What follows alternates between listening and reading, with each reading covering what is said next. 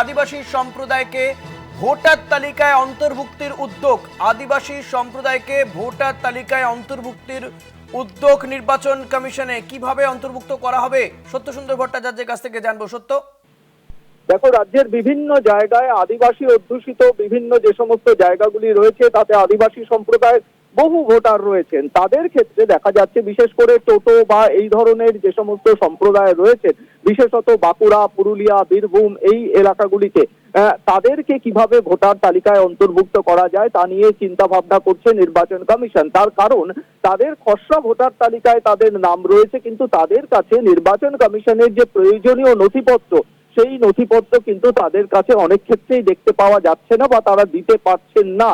তাহলে সেই সংশ্লিষ্ট জেলার যারা জেলা শাসক রয়েছেন তাদেরকে কমিশনের তরফে নির্দেশ দেওয়া হয়েছে যে প্রয়োজনে তাদের শুনানির যে ব্যবস্থা, তাদের নিজস্ব যে এলাকা সেই এলাকায় গিয়ে তাদের অন্যান্য যে সাপোর্টিং ডকুমেন্ট কিছু রয়েছে কিনা বা অন্যান্য প্রয়োজনীয় নথি কিছু রয়েছে কিনা সেটা দেখে সেটার বৈধতা যাচাই করে তাদেরকে ভোটার তালিকায় অন্তর্ভুক্ত করা যায় কিনা সে নিয়ে চিন্তা ভাবনা করছে নির্বাচন কমিশন। এবং সেই লক্ষ্যে এই সমস্ত যে আদিবাসী অধ্যুষিত যে সমস্ত এলাকাগুলি রয়েছে তাতে যে সমস্ত আদিবাসী সম্প্রদায়ের ভোটাররা রয়েছেন তাদের নথি যাচাইয়ের নির্দেশ দেওয়া হয়েছে জেলা শাসকদের।